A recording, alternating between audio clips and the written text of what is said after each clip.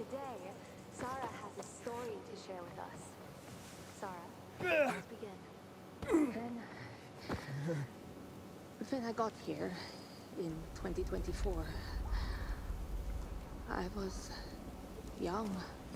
All my short life, I'd lived in this little town. But eventually, like everyone else, I had to flee. And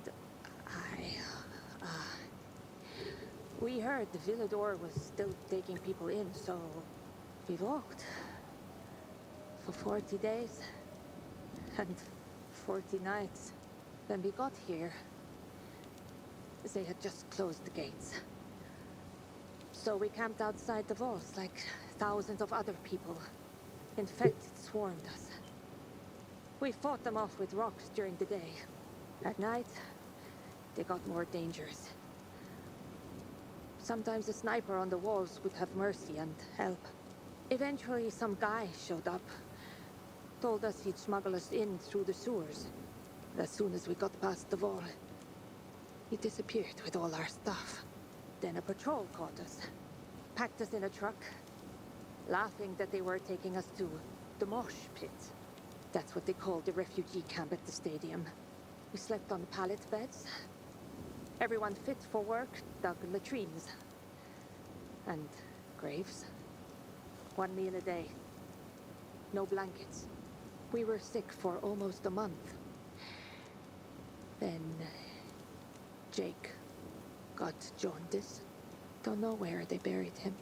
Just me and a 3-year-old son. One night, power went out in the entire stadium. Black as the grave. There were 15,000 people there, without UV light. Panic broke out.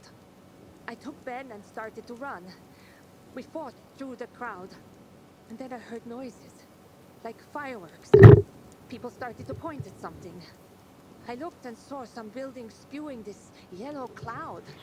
And these things flying over the city like giant bees. Black Monday. January 6th, 2025.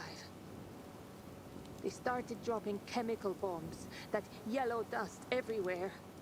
The whole camp started to run. I got knocked to the ground and I lost track of Ben. I was screaming his name, but the crowd was so thick. I remember people pushing me into the street.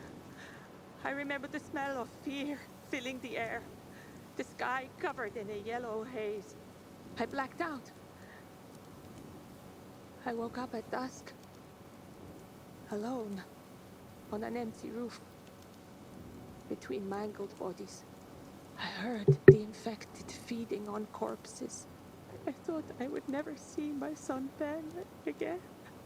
I searched corpses for a week, looking for the body of my 3-year-old son. Then, somebody told me the local priest was keeping a list of people who were missing and had been found. Carl. Turned out that Ben had been found by a couple in the stadium crowd when we were pushed into the street. It's okay, hon. Let it out. When I found him, I thought I would die from joy. We had survived. That's what mattered. We survived.